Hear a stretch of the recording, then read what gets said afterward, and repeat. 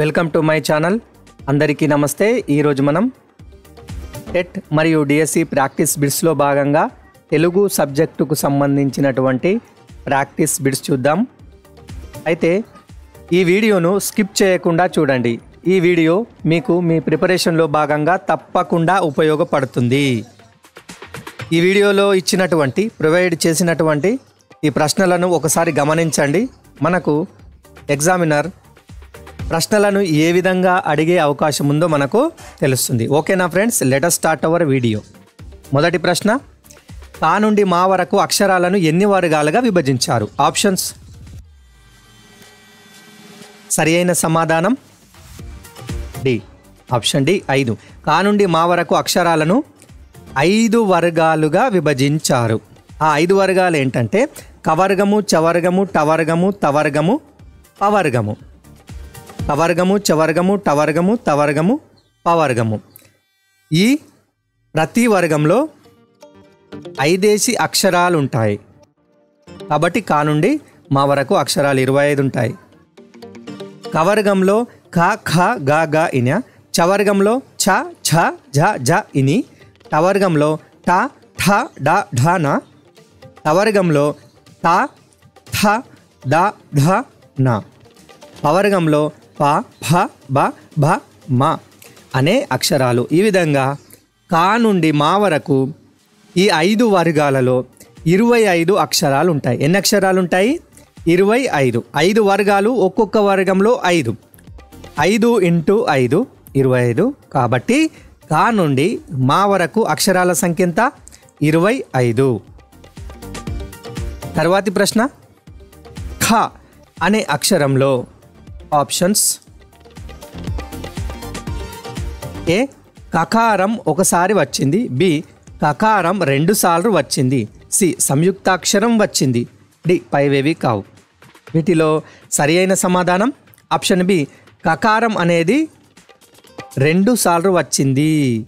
చూడండి, ఇక్కడ కాకు కావత్తుంది అంటే ఇక్కడ అదే హల్లుకు, ఇక్కడ హల్లుకి ఏమైంది? అదే హల్లు చేరింది అంటే ద్విత్వాక్షరము. ఒక హల్లుకు అదే హల్లుకు చెందిన ఒత్తు చేరితే దాన్ని ఏమంటాము మనము?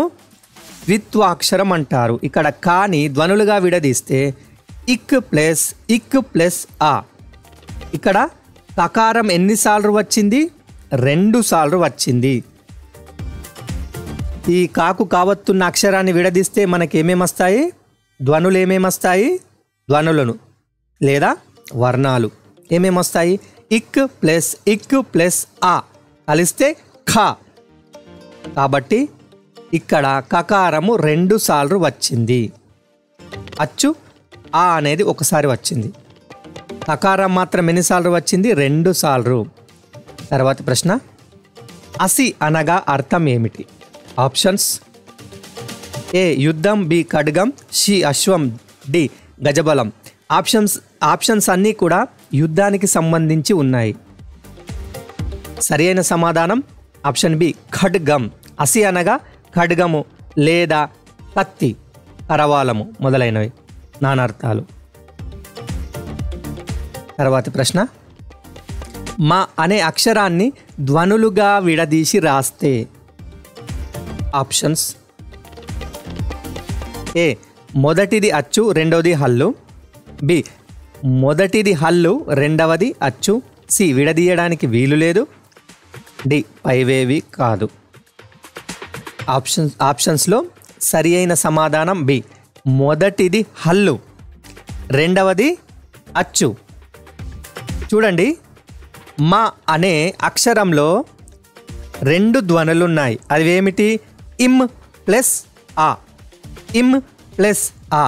ఈ ధ్వనులు లేదా వర్ణాలు కలిస్తే మనకు మ అనే అక్షరం ఏర్పడింది. ఇమ్ ప్లస్ ఆ, మా. కాబట్టి మొదటిది హల్లు అవుతుంది, రెండవది అచ్చు. ఒకవేళ మొదటిది అచ్చు, రెండవది హల్లు అయితే ఏమవుతుంది? అమ్ అవుతుంది. మొదటిది అచ్చు ఆ కాబట్టి రెండవది హల్లు ఆ కాబట్టి మొదటిది అచ్చు రెండవది హల్లు అని అనుకుంటే అదేమవుతుంది? అమ్ అవుతుంది. అమ్. అదేవిధంగా మొదటిది హల్లు రెండవది అచ్చు అయితే ఇమ్ ప్లస్ ఆ మా, ఇం ప్లస్ ఆ మా అవుతుంది. చూడండి, జాగ్రత్తగా గమనించండి. ఇది మనకు ఈ ప్రశ్నలను ఎక్కడి నుంచో తెచ్చినవి కావు. 6వ తరగతి తెలుగు పాఠ్యపుస్తకం పేజీ నంబర్ 8లో ఉన్నాయి. జాగ్రత్తగా గమనించండి. తర్వాతి ప్రశ్న, తా చాటా తాపలు అనేవి వీటిలో సరి అయిన సమాధానం పై 2. కచ్చట తప్పలు వీటిని ఏమంటారు? పరుషాలు అంటారు. ఈ పరుషాలు వీటికి ఇంకొక పేరు కూడా ఉన్నది, అల్ప ప్రాణాలు. చూడండి, ఇవి చిన్న అక్షరాలు. చూడండి, కా చ టా తా ప, ఇవి అల్ప ప్రాణాలు అవుతాయి మరియు పరుషాలు కూడా అవుతాయి. ఇక్కడ ఆప్షన్లో ఇవ్వబడినటువంటి సరళాలు ఏమి మరి? గా జా డా దా బా, గా జా డా దాబలు సరళాలు, కచట తపలు పరుషాలు. ఈ పరుషాలు మరియు సరళాలు ఈ రెండు కూడా అల్ప ప్రాణాలు, అల్ప ప్రాణాలు. తర్వాతి ప్రశ్న, వల అనే పదంలో ఏ అక్షరాలు ఉన్నాయి? ఆప్షన్స్: ఏ అనునాసికాలు, బి అంతస్తాలు, సి ఊష్మాలు, డి పైవేవి కావు. వల అనే పదంలో ఆప్షన్ బి అంతస్తాలు ఉన్నాయి. అంతస్తాలు. ఇంతకుముందు మనం చెప్పుకున్నట్టుగా అంతస్తాలు అనేవి ఏమి? యా రా లావా, యా రా లావా. కాబట్టి ఆప్షన్ బి అనేది సరి అయింది. ఇక్కడ ఆప్షన్ ఏలో అనునాసికాలు ఉన్నాయి. ఈ అనునాసికాలు 5 ఉంటాయి. వర్గ పంచమాక్షరాలు మనకు కవర్గము, చవర్గము, టవర్గము ఇవి ఉన్నాయి కదా. వీటిలో చివరి అక్షరాలు అనునాసికాలు. అవేంటి? జ్ఞ, ఇన్య, అననామ. వీటిని అనునాసికాలు అంటారు. అనునాసికాలు అంటే ముక్కుతో పలికేవి. ఆప్షన్ సిలో చూడండి, ఊష్మాలు. ఊష్మాలు అంటే ఊది పలికేటివి. ష, ష, సాహ, ఇవి ఊష్మాలు. తర్వాతి ప్రశ్న, బుద్ధిమంతుడు అనే పదంలో 2వ అక్షరం అనేది. చూడండి, జాగ్రత్తగా గమనించండి. మనము ప్రశ్నని జాగ్రత్తగా గమనించాలి. బుద్ధిమంతుడు అనే పదంలో 2వ అక్షరం ఏది? ఆప్షన్స్: ఏ ద్విత్వాక్షరం, బి సంయుక్తాక్షరం, సి సంశ్లేషాక్షరం, డి పైవేవి కాదు. మనకు సరైన సమాధానం ఏంటి ఇక్కడ? సంయుక్తాక్షరం. ఎలా మరి సంయుక్తాక్షరము? చూడండి, బుద్ధిమంతుడిలో 2వ అక్షరం ఏది? ధి. ఇది సంయుక్తాక్షరం.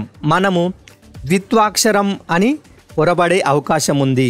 కింద చూడండి, అక్కడ మనకు ఒత్తు అనేది ఏ అక్షరంది ఉంది? మహాప్రాణాక్షరంది ఉంది. ఇక్కడ ద్విత్వాక్షరం అంటే ఏంది? ఒక హల్లుకు అదే హల్లుకు చెందిన ఒత్తు చేరడం. కానీ ఇక్కడ దా అనే హల్లుకు వేరొక హల్లుకు చెందిన ఒత్తు చేరుతుంది. ఇది చూడడానికి ఒకేలా ఉన్నప్పటికీ ఇది మనకు ద్విత్వాక్షరం కాదు. ఇదేంది? సంయుక్తాక్షరము. ఇక్కడ సంయుక్తాక్షరం అంటే ఒక హల్లుకు వేరొక హల్లుకు చెందినటువంటి ఒత్తు చేరింది. ఇడ అల్ప ప్రాణాక్షర దాకు మహాప్రాణాక్షర ధ ఒత్తు చేరింది. కాబట్టి అది సంయుక్తాక్షరం అవుతుంది. చాలా జాగ్రత్తగా గమనించాలి. సంశ్లేషాక్షరం అంటే మీకు తెలిసిందే. ఒక హల్లుకు ఒకటి కంటే ఎక్కువ హల్లులకు చెందిన ఒత్తులు చేరితే దాన్ని సంశ్లేషాక్షరం అంటారు. ద్విత్వాక్షరం అంటే ఒక హల్లుకు అదే హల్లుకు చెందిన ఒత్తు చేరితే దాన్ని ద్విత్వాక్షరం అంటారు. అదేవిధంగా ఒక హల్లుకు వేరొక హల్లుకు చెందిన ఒత్తు చేరితే సంయుక్తాక్షరం అంటారు. ఇక్కడ మనకు బుద్ధిమంతుడు అనే పదంలో 2వ అక్షరంలో దాకు ఏం జరిగింది? ఈ దాహ అనే హల్లుకు వేరొక హల్లుకు చెందిన ఒత్తు చేరింది. ఇది పెద్ద దాహకు చెందినటువంటి ఒత్తు చేరింది కాబట్టి ఇది మనకు సంయుక్తాక్షరం. తరువాతి ప్రశ్న, ఉభయాక్షరాలు 0 అర 0 విసర్గ గురించి సరి అయిన వాక్యం ఏది? ఆప్షన్స్: ఏ ఇవి అచ్చులతో మరియు హల్లులతో ఉపయోగించబడతాయి. బి అరసున్నాకు గ్రాంధిక భాషలో ప్రాధాన్యత ఉంది. సి విసర్గ సంస్కృత పదాలకు మాత్రమే చేరుతుంది. డి పైవన్నీ సరి అయినవే.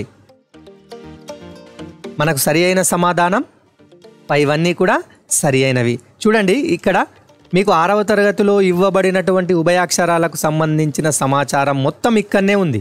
చూడండి, ఏ మరియు ఇక్కడ బీసీ ఆప్షన్లలో ఇదంతా ఉంది.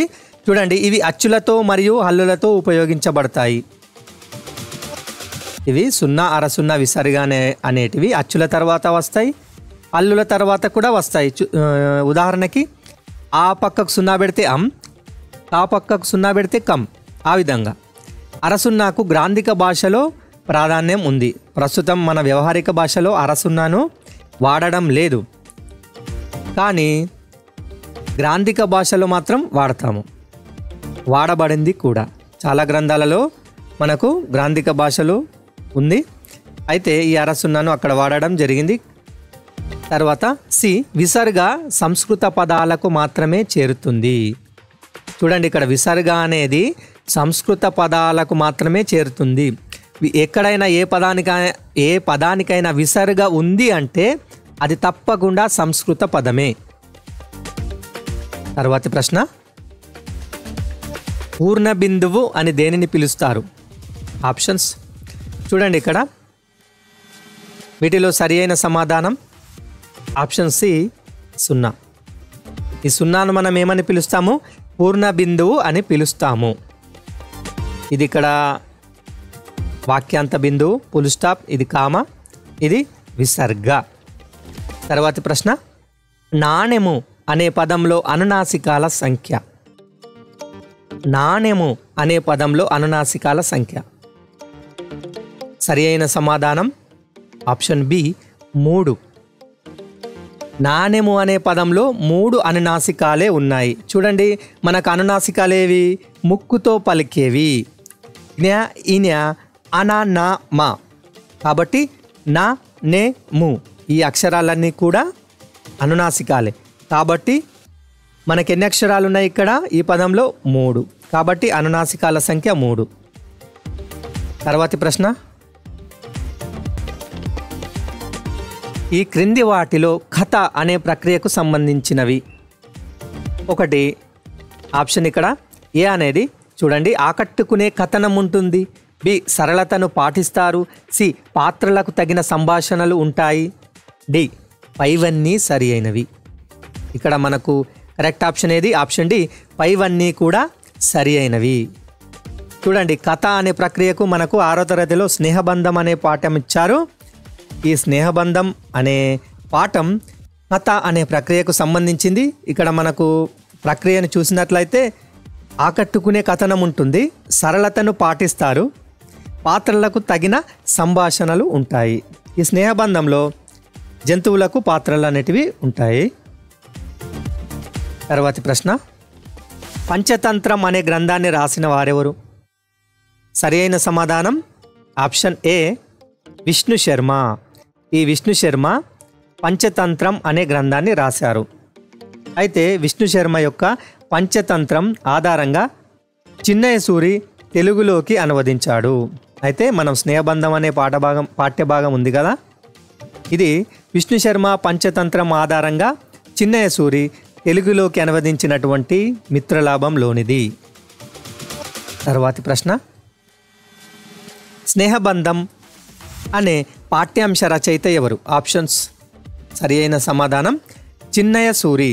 స్నేహబంధం అనే పాఠ్యాంశ రచయిత చిన్నయ్య సూరి. తర్వాతి ప్రశ్న, స్నేహబంధం అనే పాఠ్యాంశం దేని నుండి గ్రహించబడింది? ఆప్షన్స్ సరి అయిన సమాధానం ఆప్షన్ బి మిత్రలాభము. స్నేహబంధం అనే పాఠ్యాంశం మిత్రలాభం నుండి గ్రహించబడింది. అయితే ఈ మిత్రలాభం ఎలా వచ్చిందంటే విష్ణు శర్మ పంచతంత్రం ఆధారంగా చిన్నయ్య సూరి తెలుగులోకి అనువదించినటువంటి మిత్రలాభం, దీని నుండి ఈ స్నేహబంధం అనే 6వ తరగతి పాఠ్యాంశం గ్రహించబడింది. తర్వాతి ప్రశ్న, ఈ క్రింది వాటిలో సరికాని జత ఏది? ఈ జతలు ప్రకృతి వికృతులకు సంబంధించినవి. ఆప్షన్స్ ఏ ఆకాశం ఆకాశం, బి సహాయం సాయం, సి స్నేహం నెయ్యం, డి అటవి కాన. చూడండి వీటిలో సరి అయిన సమాధానం ఆప్షన్ డి అటవి కాన. అయితే ఈ ఆప్షన్ ఏలో ఆకాశం ఆకాశం, సహాయం సాయం, స్నేహం నెయ్యం ఈ మూడు కూడా ప్రకృతి వికృతులకు సంబంధించినవి. ఆకాశం ప్రకృతి, ఆకాశం వికృతి, సహాయం ప్రకృతి, సాయం వికృతి, స్నేహం ప్రకృతి, నెయ్యం వికృతి. ఈ ప్రకృతి పదాలన్నీ సంస్కృత పదాలు, ఈ వికృతి పదాలన్నీ దాదాపు తెలుగు పదాలు. ఇక్కడ చూడండి అటవి, ఈ అటవికి వికృతి పదం ఏది? అడవి. అటవికి వికృతి పదం అడవి. ఇక్కడ మనకు కానా ఇచ్చాడు. కానా అంటే ఇది నానార్థం కాబట్టి సరికాని జత అటవి కాన. తర్వాతి ప్రశ్న, కూర్మము అనగా అర్థం ఏమిటి? ఆప్షన్స్, వీటిలో సరి అయిన సమాధానం ఆప్షన్ ఏ తాబేలు. కూర్మము అంటే తాబేలు. తర్వాతి ప్రశ్న, వర్గయుక్కులు అని వేటిని అంటారు? వర్గయుక్కులు అని వేటిని అంటారు? ఆప్షన్స్,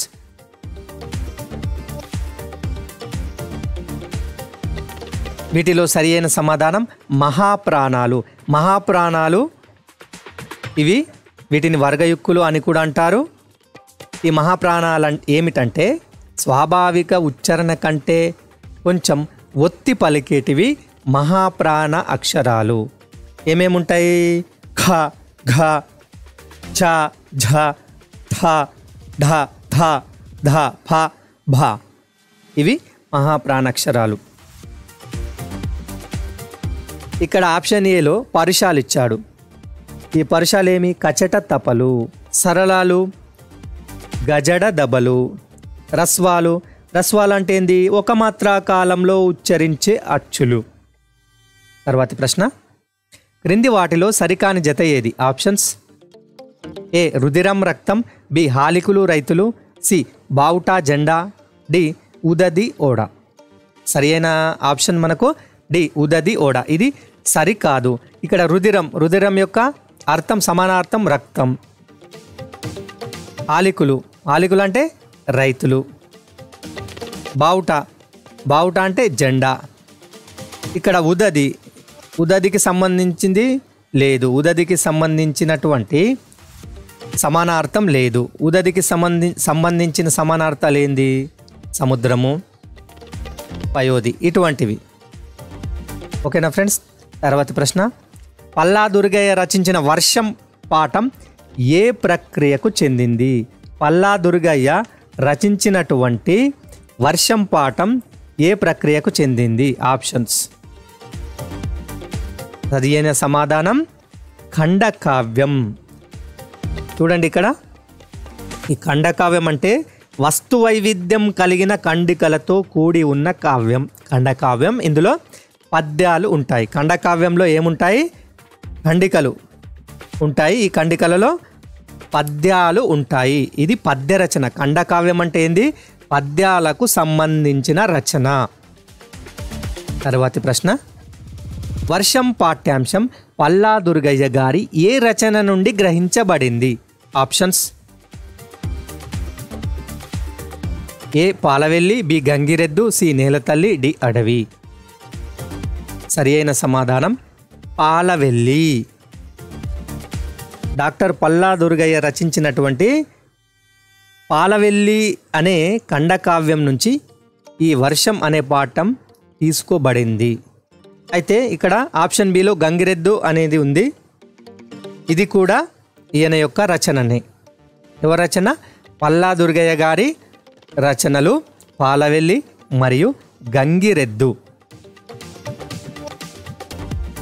ఓకే ఫ్రెండ్స్, ఈ వీడియో గురించి మీ యొక్క అభిప్రాయాలు తప్పకుండా మాకు తెలియజేయండి. ఏదైనా సందేహాలు ఉంటే కూడా మాకు కామెంట్ రూపంలో తెలియజేయండి. మీ యొక్క ప్రతిస్పందన అనేది మాకు మరిన్ని వీడియోలు చేయడానికి ఉపయోగపడుతుంది. ఓకేనా friends? Thank you for watching this video.